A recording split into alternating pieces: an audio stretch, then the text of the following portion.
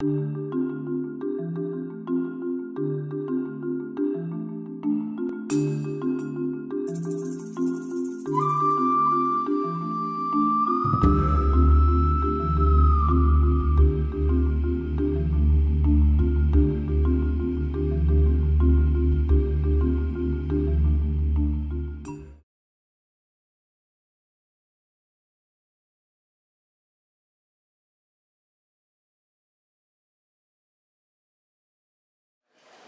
aceitei o desafio de estar aqui.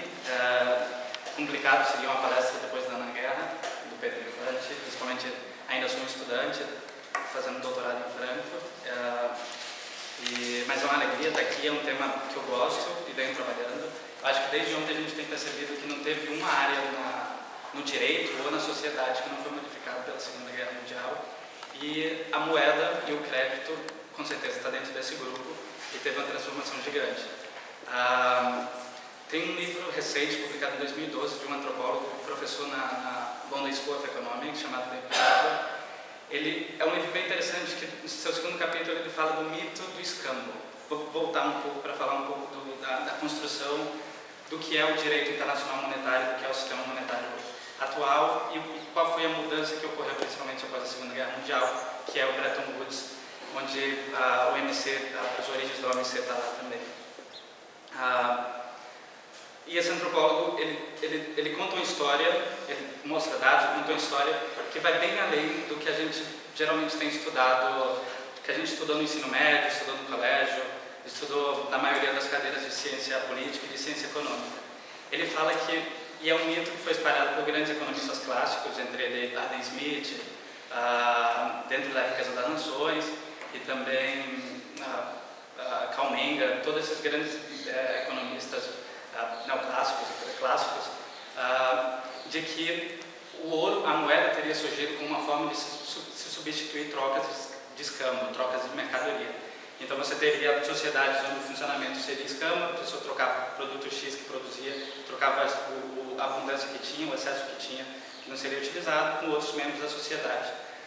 O Graeber coloca, ele pergunta onde é que está essa sociedade, que em todos os dados da antropologia nunca foi registrada nenhuma sociedade que internamente tenha funcionado dentro de escambo. Escambo, geralmente, e em todas as sociedades que foram analisadas pelos antropólogos, sempre ocorreu entre sociedades diversas. Então, um grupo geralmente utilizava o escambo em sociedades onde não tinha intimidade. E aí você volta para Mason Moser, ensaio da Dádiva, onde ele vai falar que, geralmente, em uma sociedade específica que o Graeber utiliza, se tem a ideia da dádiva. Então, você produzia um bem e o trocava, e criava um certo crédito, uma certa dívida social, então que se chamava de contradádiva. E aí o Graeber ele brinca com isso de que o crédito ele surgiu e existiu antes da moeda, antes da utilização. Então a gente sempre foi sociedades que utilizavam a ideia de crédito. Isso é dentro da sociedade tradicional e de todos os grupos sociais. E de que a moeda, na verdade, foi espalhada. E aí entra teorias econômicas e tudo isso, mas essa evolução está um pouco além da realidade. É muito mais uma retórica da economia e da história econômica e que tem um papel social e profundo cultural de moldar a história, só que ela não é de fundo total ou verdadeira. Isso é só uma curiosidade para começar. Então, passo um pouco. Então, a gente volta um pouco para o início do sistema monetário. A gente vem com a criação, isso há milênios,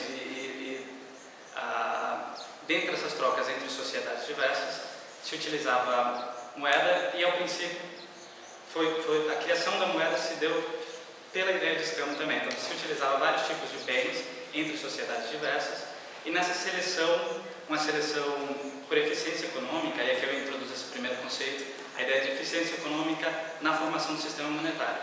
Por uma ideia de eficiência, por uma ideia de facilidade na formação da troca entre esses grupos e essas sociedades, foi se delimitando quais seriam os bens utilizados. E isso, com o aumento do comércio internacional, as grandes navegações, tudo isso, se passa a utilizar metais, e nesse modo, metais que seriam mais menos suscetíveis de falsificação ou mais fáceis de serem analisados, sua pureza e tudo isso. Dentro dessa seleção se chega a prata e o ouro, né? Isso em séculos de troca cambial, escândalo. Passando nessa formação, a gente exato. E a gente chega até esse momento da troca de ouro e prata, que é a formação do bimetalismo no sistema monetário, sem a utilização do Estado. A criação da moeda, a formação da moeda e da moeda cunhada em ouro, da moeda com valor em si, não há intervenção estatal. Então há uma formação, isso a gente vê, por exemplo, a Shane Green, em A Globalização do Capital, já fala que isso é uma formação pura do mercado. A gente vê a utilização da moeda.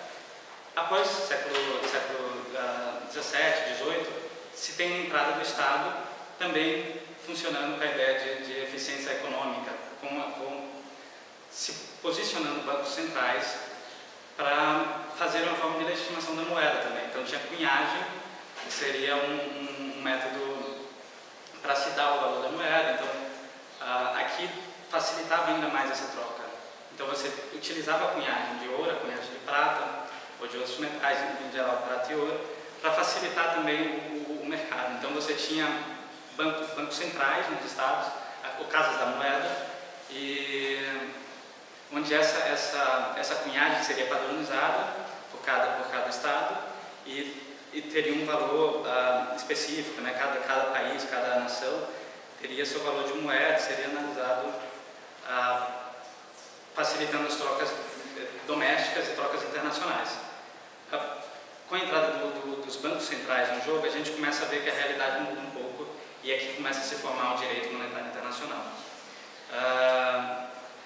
Só apresentar, por exemplo, e aí apresentar alguns conceitos econômicos. Eu acho que talvez a maioria que seja jurista tenha poucos economistas. E quando se funcionava a pura troca de ouro, quando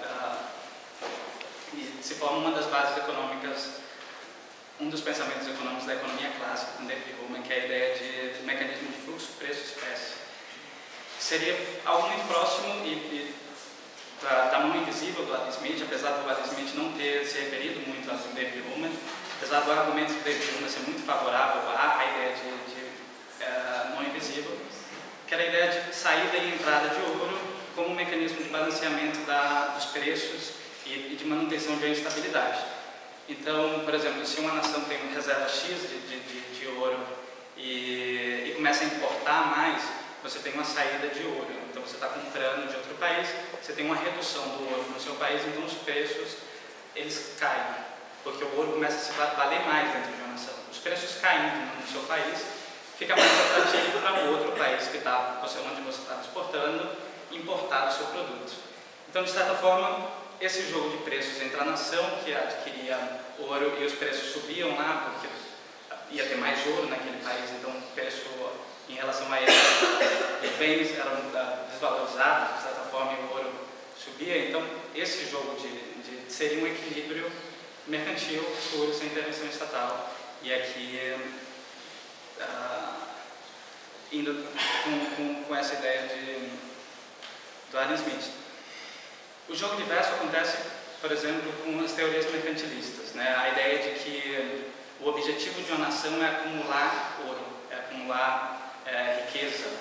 E aí você tem Reino Unido, principalmente, com essa política, de que o objetivo é sempre enriquecer seu país, independente dos outros. Então, você foge um pouco da ideia que seria uma ideia mais liberal clássica de Adam Smith, de trocas voluntárias e não intervenção, e você tem estados alimentando a busca de ouro, a busca como um sinônimo dessa riqueza, né, da prosperidade das nações, da riqueza das nações. Então a gente tem esses dois jogos, né? Tem um jogo de participação estatal nesse equilíbrio, que aí não segue a ideia de David Hume, porque não se buscava equilíbrio, se buscava acumulação de riqueza. E dentro dessa evolução a gente chega ao bimetalismo. Então a gente está com um pouco dessas teorias, estou jogando conceitos e depois talvez faça um pouco mais de sentido. O bimetalismo, que seria a utilização de duas moedas no comércio internacional, onde a relação entre ouro e prata era dada pelo mercado também. Então, se um país tivesse mais ouro, a compra de prata seria mais cara, porque o ouro estaria desvalorizado, então a prata subia um pouco. Claro, o ouro estava sempre mais valorizado, mas havia uma relação entre ouro e prata definida no mercado, dentro do bimetalismo. A saída do bimetalismo começa por um fato interessante e por um acidente histórico. Isaac Newton, ele foi chefe da Casa da Moeda da Inglaterra no início do século XVIII, e ele aprova uma lei onde, sem muito conhecimento econômico, onde ele fixava estadualmente qual seria a relação ouro e prata.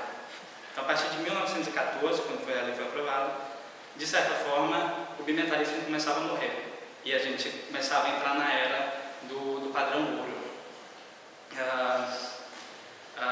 1914. Até 1974, que é aprovada a lei no Reino Unido, definindo que realmente agora a gente mudou o padrão ouro e foi. Mas desde o início do século XVIII, já se utilizava o padrão ouro. E como o Reino Unido era a principal nação, à época, de investimento estrangeiro, de compra, né, de produtos de outras nações e a principal economia, grande parte das nações utilizavam em referência a moeda britânica, né, a libra.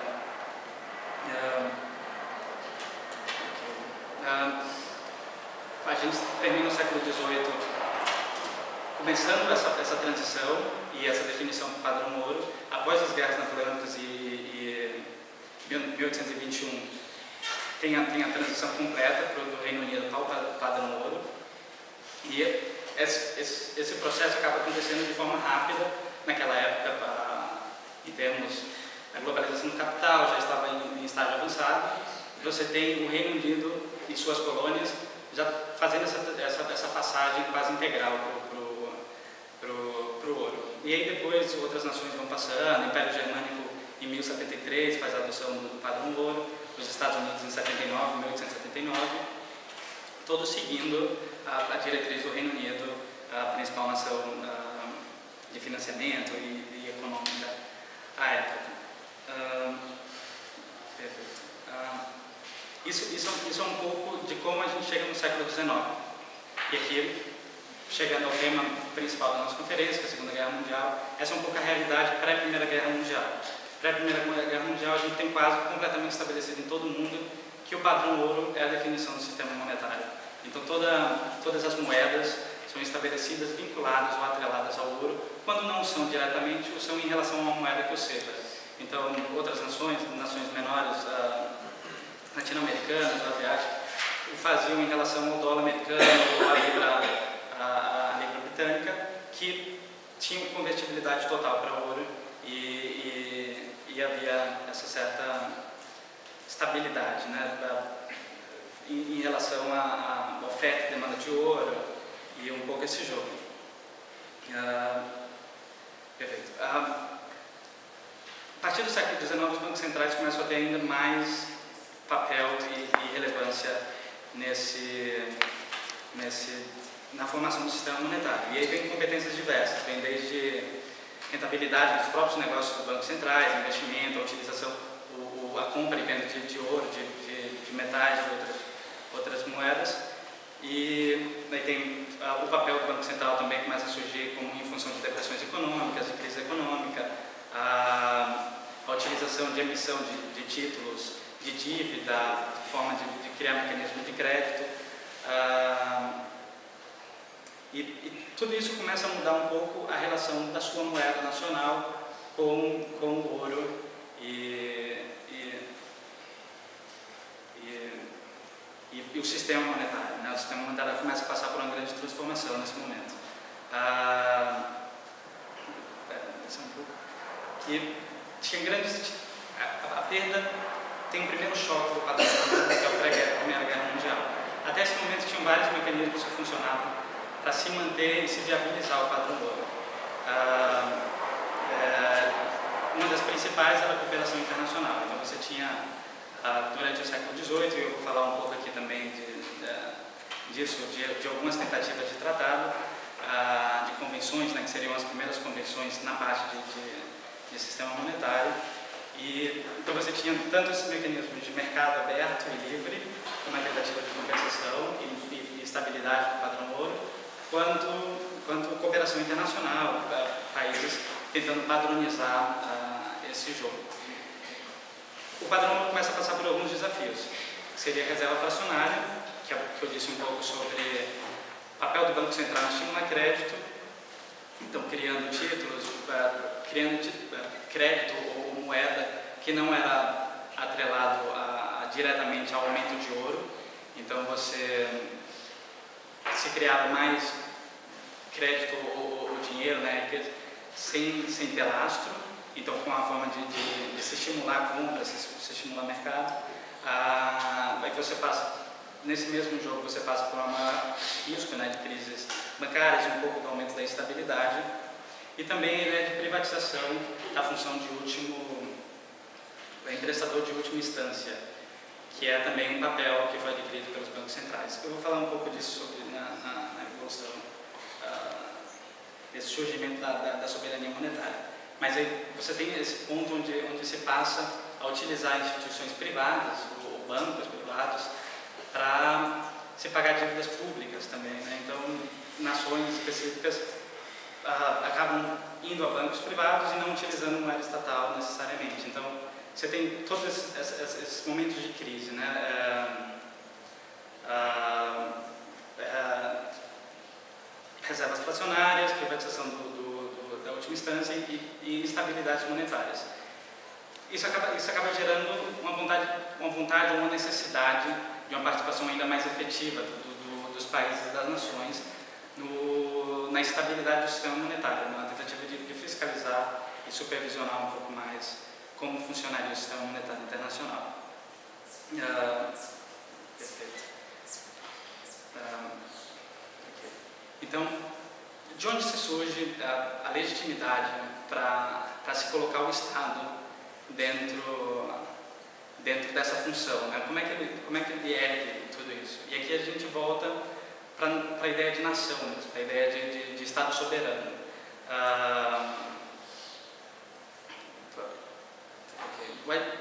O Aishin Green, Barry Aishin Green, ele tem um livro, A Globalização do Capital, que é um pouco dos melhores livros que tratam um pouco dessa evolução prévia, outros escritores também.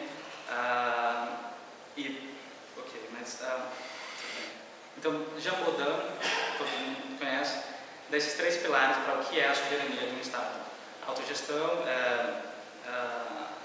na verdade, a autoridade suprema, né, a autoridade suprema dentro de um Estado em relação às demais leis de uma nação. Então, você tem uma legitimidade de se estabelecer as regras e o funcionamento do seu próprio território, da sua própria comunidade, da autodeterminação dos povos, né? O método Patel, vai consolidar isso em três pilares: autogoverno, independência em relação às outras nações e o direito de se participar na comunidade internacional. Então, de atuar em coordenação e em harmonia com os demais países. A Corte Internacional Permanente de Justiça, anterior à CIJ, atual CIJ, em 29, ela faz uma declaração. Em 1929, um dos poucos casos onde se tem referência à soberania monetária é no caso dos empréstimos séculos, de 1929, onde ele fala expressamente que é de fato um princípio generalmente aceito que um Estado tem o direito de regular a sua própria moeda.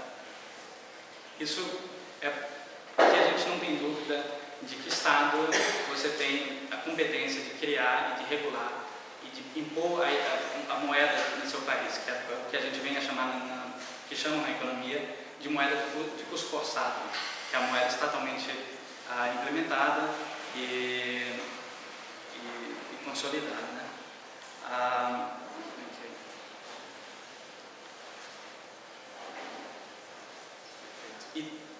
E a soberania monetária, essa possibilidade de se cumprir, vem também da ideia de uma ideia liberal de que o Estado tem a competência de reforçar e implementar os contratos feitos entre civis. Então, adotando trocas comerciais no seu país ou trocas internacionais, você tinha, utilizando a moeda nacional, havia um certo dever do Estado em facilitar essa eficiência econômica, essas trocas comerciais dentro desses países e dentro da própria nação. Então a gente aqui passa, confirmado que não há dúvidas de que um Estado é soberano para ditar sua moeda, a gente passa pela ideia de alguns tópicos específicos, a possibilidade de regulação dos padrões de implementação e padronização da moeda, de papel de extensão do mercado, facilidade do mercado, de cooperação internacional em momentos de crise, estabilidade dos valores da moeda, estabilidade da moeda nacional como uma forma de tentativa de segurar a moeda em um país. Então você, o jogo com a taxa de juros, controles de capital e todas essas motivações para que a gente passe e pare de se perceber moeda como apenas algo estatal, mas como importante para todo o funcionamento do sistema monetário internacional e do sistema econômico, do livre mercado, do mercado internacional. Então todos esses são motivos onde se tem incentivos para que se busque a formação de um consenso internacional. E onde o Bretton Woods vai ser o maior deles, né?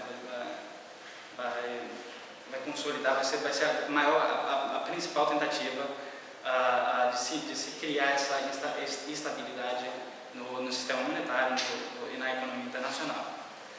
O consenso em geral, nas tentativas anteriores, durante o século XIX e início do século XX, enfrentavam vários obstáculos. Obstáculos iniciais na ausência de consenso, principalmente entre os grandes atores, e aqui a gente vê outros problemas diversos, como custos desiguais de implementação, baixa representatividade dos países que participavam nessas conferências, e aqui a gente está falando das primeiras tentativas de acordo em uma área que não era, nos primeiros momentos do surgimento do direito internacional, mesmo no fortalecimento das convenções internacionais. Em várias dessas conferências, tentativas de imposição de interesses particulares, países que tentavam fugir um pouco da padronização em forma de compensar déficits ou de tirar vantagens no mercado internacional. Todas as problemáticas que impediram um grande tratado à época na formação do sistema monetário. Então o que a gente tem é forças de mercado até pré-Primeira Guerra Mundial e até a Segunda Guerra Mundial, sendo os grandes atores na formação do sistema monetário. Os Estados continuavam por interesses nacionais, interesses de suas empresas, interesses econômicos de seus locais, na consolidação desse sistema, e o que impediu um pouco de harmonização e estabelecimento de regras comuns ao sistema monetário internacional. A gente teve em 1875, teve a União Monetária Latina, que foi um acordo mais regional, então a nível internacional. Em 1873, a União Monetária Escandinava, outra região também. Então, foram locais onde funcionava, você percebe que não eram locais de grande centralidade, não era onde estavam as coisas acontecendo, de certa forma, né, que seria Estados Unidos, Reino Unido, França, Alemanha,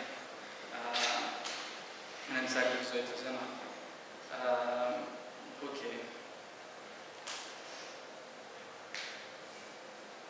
E aqui a gente passa um pouco, a gente teve o conceito de eficiência econômica na formação do sistema monetário, na Revolução Histórica, na utilização do padrão ouro, e o conceito de soberania monetária, entrando os Estados como atores essenciais nessa formação também. Então você vê já esses dois jogos. Aqui a gente passa para um terceiro conceito, que é quando se começam as grandes crises econômicas. Final do século XIX, início do século XX, quando se tem essa globalização do capital, ela é mais próxima, e você começa a perceber que mudanças e políticas domésticas começam a afetar todo o mercado internacional. Então você passa de eficiência de mercado para soberania monetária, você tem um link entre os dois, e a gente começa a criar conceitos de direcionamento agora, né? De direcionamento da política monetária, e onde se cria política econômica, né? Onde se cria política monetária. E o primeiro desses conceitos é estabilidade monetária, controle inflacionário, e aqui qual o valor essencial do controle inflacionário, né? Principalmente a perda de valor da sua moeda. E é quem isso aflige mais, né? Isso geralmente aflige mais o trabalhador, que vive do seu salário e não está dentro desse jogo todo. Então, se você tem uma inflação mais alta, você acaba atingindo o poder de compra nesses grupos e gerando outras consequências como crescimento do desemprego, etc. Então, nesse momento, quando a gente passa a conversar sobre política monetária, começa a morrer um pouco o padrão ouro. E sua morte definitiva vem com o pós-Segunda Guerra Mundial. Segunda Guerra Mundial desse último golpe. Tem um segundo golpe em 71, quando os Estados Unidos retira a convertibilidade total do padrão ouro, da sua moeda ouro, mas ela começa a morrer com Bretton Woods. Ela quase morre totalmente com Bretton Woods. O primeiro golpe que o padrão ouro recebe é durante a Primeira Guerra Mundial. A gente tem esse sistema pré-Primeira Guerra, onde os governos em geral estavam comprometidos à convertibilidade da sua moeda com o padrão ouro, de certa forma dar o valor específico da moeda, então manter sua moeda valorizada dentro do comércio internacional.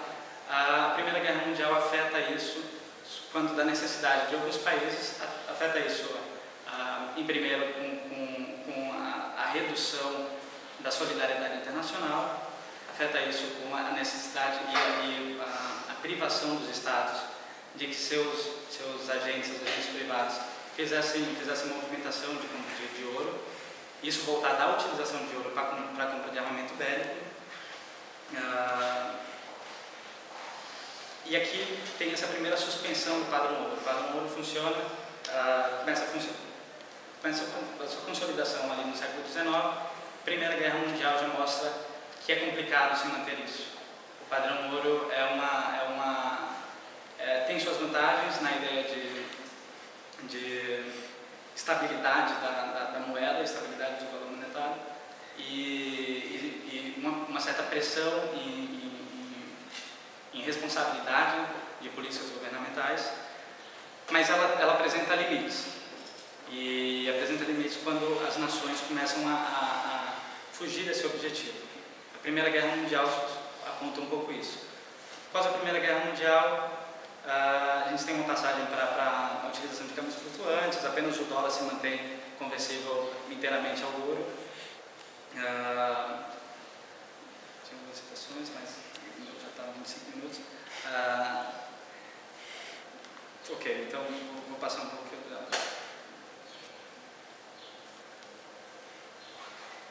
Então, a Primeira Guerra Mundial mostra esse desafio. Entre a Primeira Guerra Mundial e a Grande Depressão, se tem algumas tentativas de retorno ao padrão ouro. Você vê algumas moedas tentando voltar. A gente pode interpretar que tinham 3 grupos que começavam a ver o surgimento de problemas de instabilidade doméstica e aí ligados à inflação. E aí tinha uns grupos de maior impacto inflacionário, que foram os grupos de maior interesse ao retorno da convertibilidade ao ouro. Tinha os grupos de moderado, que começaram a usar câmbio flutuante, e tinha os grupos de baixíssima inflação, e esses continuavam com controle e também com câmbio flutuante, mas um pouco mais despreocupados com o jogo de estabilidade monetária, com o jogo da convertibilidade, e continuavam com políticas inflacionárias, políticas de extensão de crédito. A crise de 28 mostra outro desafio.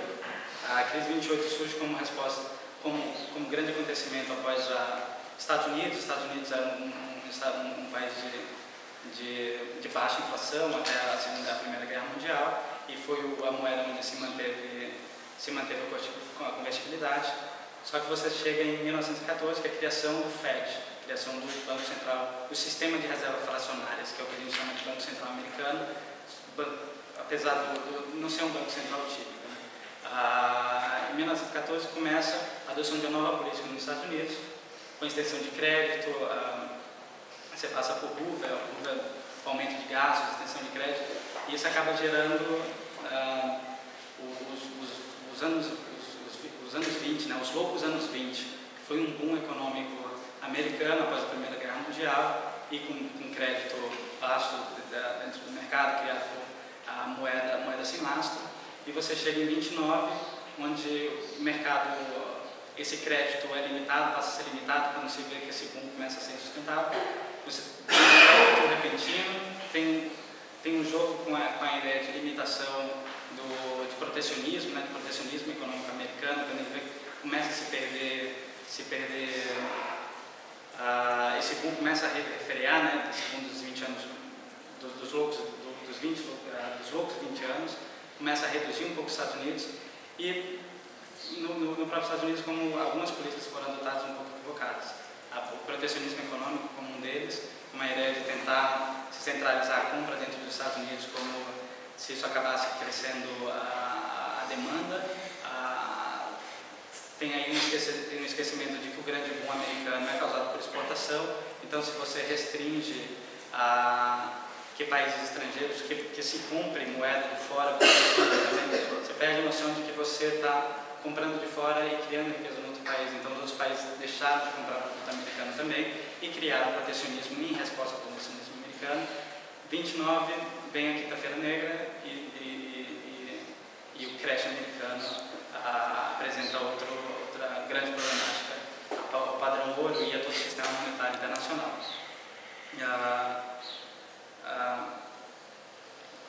Esse período vem com a Segunda Guerra Mundial, né? Logo depois vem a Segunda Guerra Mundial.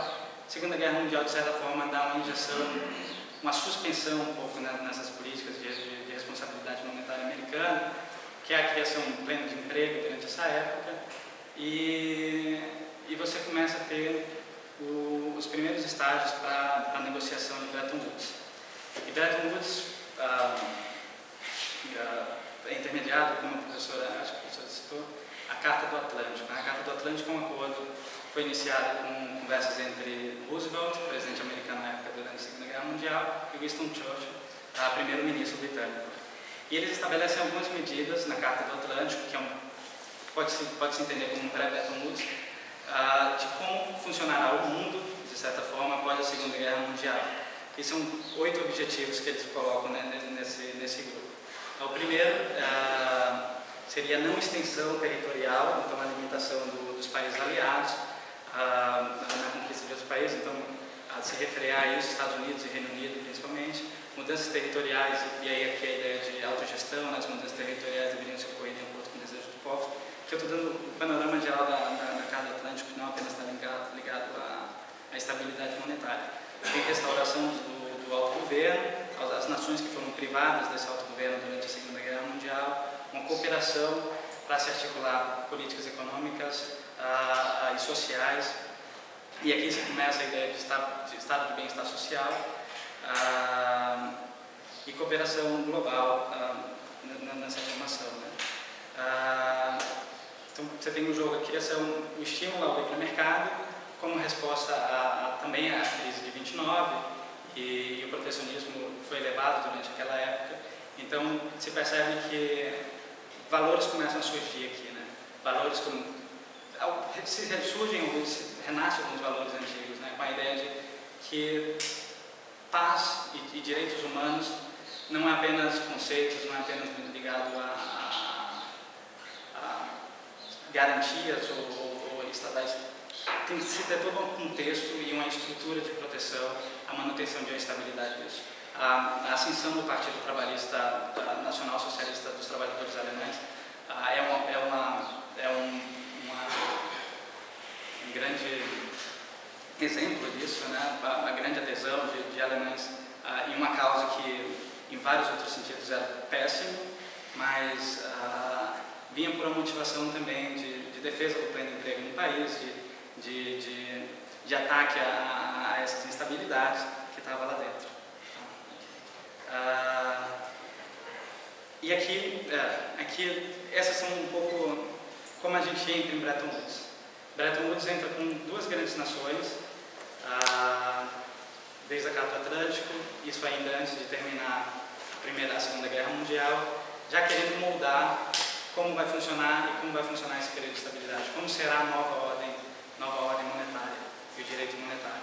Você tinha Estados Unidos com White, Harry Banks White, e John Maynard Keynes, professor da Universidade de Cambridge, representando a Inglaterra. Sentam numa mesa com vários outros delegados de todas as nações, mas os planos principais são de ambos.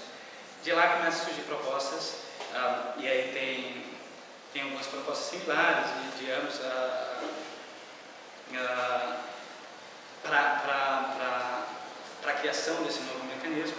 E aí surge a ideia da defesa do livre mercado, da eficiência das transições econômicas, da interdependência, do estímulo à interdependência como um estímulo à paz, e também aumento do mercado, aumento do crescimento econômico, interesses também dos Estados Unidos e Reino Unido à época.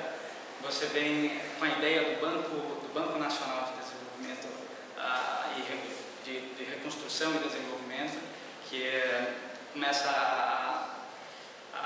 as políticas de crédito nos Estados Unidos.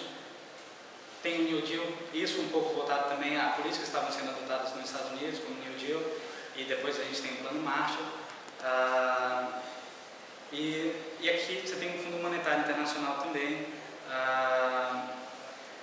mudando um pouco esse panorama sobre a relação e a convertibilidade ao ouro.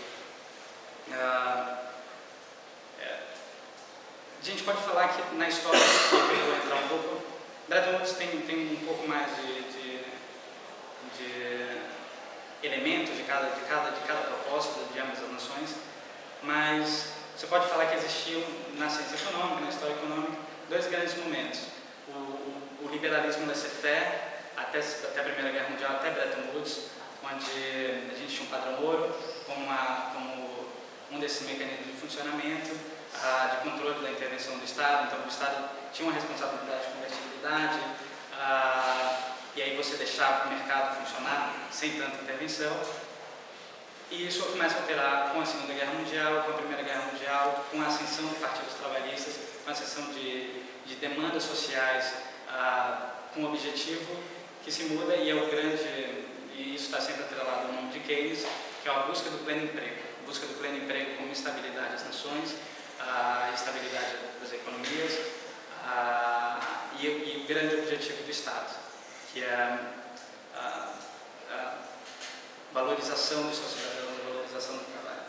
E esse a gente vem por o que a gente chama de liberalismo incorporado. Então você passa de um mercado, de um funcionamento de mercado, onde se afirma-se ter pouca intervenção de propósitos sociais, e a gente passa para um Estado, para um mercado, onde começa a ser direcionado a objetivos sociais. A gente tem um liberalismo incorporado. A gente pode voltar um pouco à palestra do professor ontem, falando sobre se a gente migra para os conceitos jurídicos, né, o Estado liberal, o Estado social, ali no início do século XX, e a gente tem um Estado social, a social-democracia, né, um pouco desse conjunto. Na economia a gente usaria só apenas os dois um pouco. Polanyi vai falar um pouco disso também, né, que é o mercado desincorporado e o mercado incorporado, né, o mercado que é esse dentro, com propósitos sociais e objetivos de pleno emprego. Bretton Woods é quem faz essa grande transição, e talvez esse seja o papel fundamental na transformação do sistema monetário internacional. Desculpa por ter passado muito tempo e ter sido um pouco confuso. Essa é uma área que eu ainda estou começando a pesquisar e já tenho trabalhado há algum tempo, mas ao início eu tinha planejado uma palestra muito maior, pensava que era maior, depois o tempo foi encurtado, mas tudo bem. Porque meu grande ponto é esse, se ter as noções que a Segunda Guerra Mundial faz para o sistema monetário internacional. As condições prévias à Segunda Guerra Mundial tentam ser respondidas. não se gerar essas condições seria uma resposta a não se ter crises, a não se ter esses momentos terríveis que tivemos na história. E aí a ideia de uma instituição internacional sólida, voltada à estabilidade monetária, então você pode recorrer em momentos de complicações nacionais, a ideia da defesa do mercado internacional, com os estágios iniciais da OMC, o Banco Nacional de Reconstrução como um alívio a algumas nações, todos esses mecanismos voltados e criados em referência à Segunda Guerra Mundial e em momentos anteriores, claro. Essa é a grande transformação. Isso aqui a gente pode citar, e aí a gente entra com Polanyi. Esse é o chamado da grande transformação. É o que ocorre, como funcionava o século XVIII, XIX e o liberalismo laissez-faire, para um liberalismo mais incorporado, né, para a social-democracia, para o Estado social, para o Estado democrático. Né, Obrigado.